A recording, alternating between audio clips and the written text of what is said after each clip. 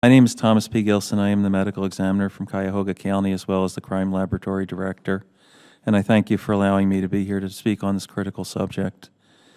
If I were to tell you that a major catastrophe that would kill tens of thousands of people in the United States this year were to occur, how would FEMA respond? How much money, how many people, how much resources will be put into action in this response? If this catastrophe was allowed to happen again with even more fatalities, how many more hearings would be called to determine what went wrong in the response? The opiate crisis should be thought of as a slow-moving mass fatality event that occurred last year, is occurring again this year, and will continue to occur next year. Each year is getting worse than the previous. In my home of Cuyahoga County, we will see approximately 800 drug-related deaths in 2017, which is an increase from our most devastating year, last year, 2016, when we saw approximately 660 people die from drug-related deaths, up from 370 the year before. Nearly 90% of these deaths will be due to opiates or opioids of some kind, prescribed pills, from which the crisis originated and grew from, heroin, fentanyl, and now the newer analogs of fentanyl. It's a nationwide public health emergency which is simply out of control. Ohio is one of the hardest hit states, but Appalachia, the Middle Atlantic states, and the New England states are also particularly hard hit. In the fall of 2011, my office alerted our county executive to an alarming trend in the rise of heroin-associated deaths. In the subsequent months and now years, we partnered with our county sheriff, Cleveland Police Department, U.S. Attorney's Office, county prosecutor, Addiction and Mental Health Services Board, and our Board of Health to launch a community initiative which I'm proud to say has attempted to combat this public health crisis. Partners were quickly added from the major medical institutions, including the Cleveland Clinic, Case Western Reserve University Hospitals, and our County Hospital Metro Health Medical Center, as well as the Free Clinic, a free public health service provider, and set in motion some important pieces of response. We have drug drop-off boxes now to take back overprescribed prescription pain medication in over 50 police departments. Our naloxone distribution program is run out of the county hospital as well as the Free Clinic and the Board of Health. We also issue warning letters to released inmates who are at greater risk of overdose due to their abstinence while incarcerated, as well as patients leaving treatment centers. These folks are at risk because of decreased tolerance. The creation also of our Heroin Death Review Committee allowed us to look at data from the overdose fatalities in an attempt to plan intervention strategies. We also hosted a heroin summit at the Cleveland Clinic. Cleveland Clinic hosted the summit in November 2013. Law enforcement has also created specialized task forces that work with our medical investigators, scene investigation to begin investigations earlier in our regional forensic laboratory, provides highly accredited, timely, and efficient scientific testing. Prosecutors at the county and federal level are now levying much stiffer charges against targeting dealers. All of this work continues to implement a community-wide, community-based strategy that was the result of the Cleveland Clinic Summit. When a heroin overdose occurs, individuals typically fall asleep and breathe more slowly and shallowly until at last they stop altogether. During this progression, the dying sequence can be relieved by the heroin antidote naloxone, which was made more readily available in Ohio and is an immediate first step in saving lives and should be applauded. Cuyahoga County and the Metro Health Medical Center partnered in 2013 to distribute naloxone by prescription, as was then allowed by law, and we have currently documented over 1,000 reversals with naloxone.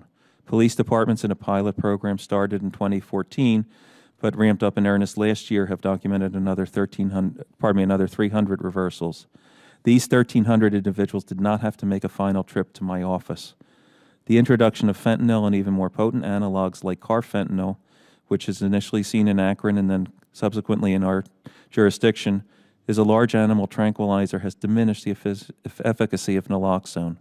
Several doses may now be required, and the time window for administration is greatly shortened.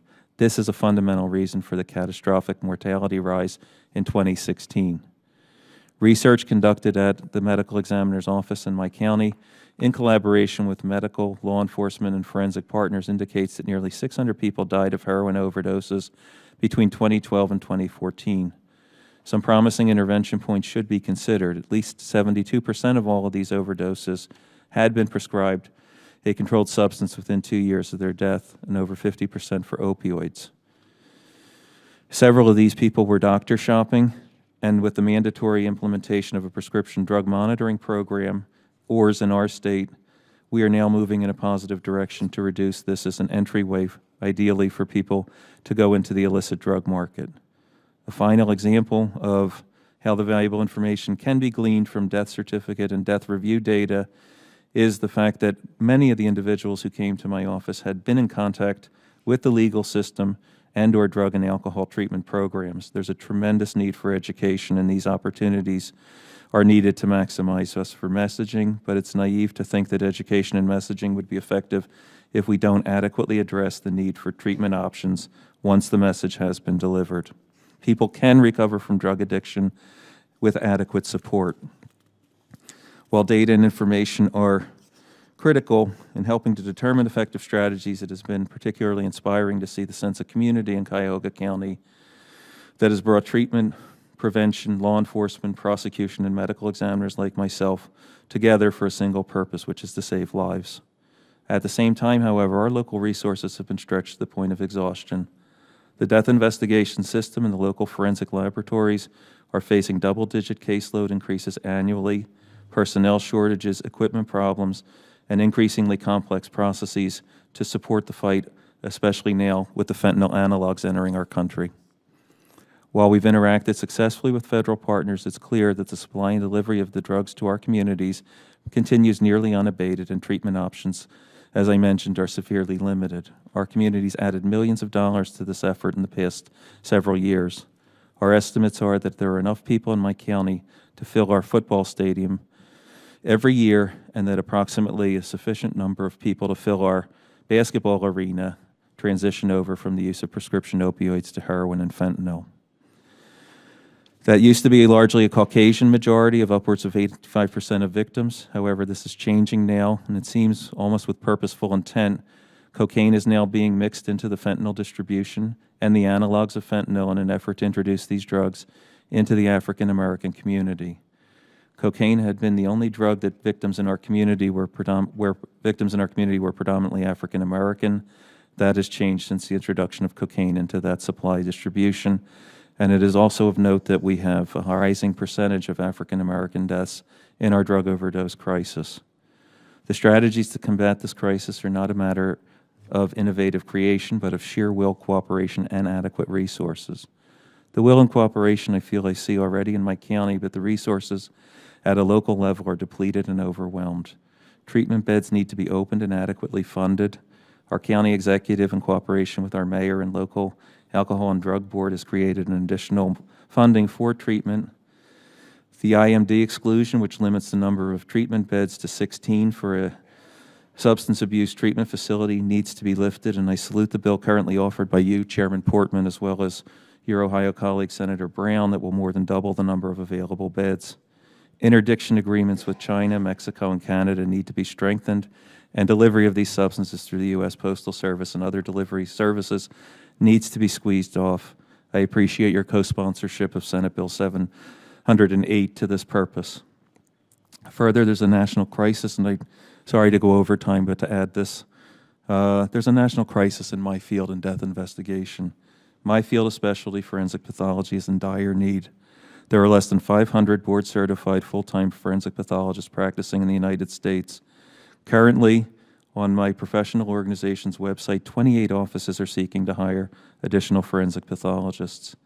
I have the privilege of heading the oldest training program training forensic pathologists in the country. There are only 35 such programs, however, in existence, and they are not funded by Medicare, unlike any other medical training specialty. Our program graduates 1 or 2 doctors a year in a system that can only produce a few dozen pathologists annually. We rely on accurate data around mortality to define this crisis, and I think it will serve as a significant measure of our success or failure, and that depends on competent death investigation. It's essential that additional support be given to these training programs, as well as to doctors already practicing in the field. All of these actions are beyond the ability and authority of a local county like mine. We need your continued and renewed assistance, resources, and commitment to all phases of this fight: prevention, education, treatment, enforcement and recovery.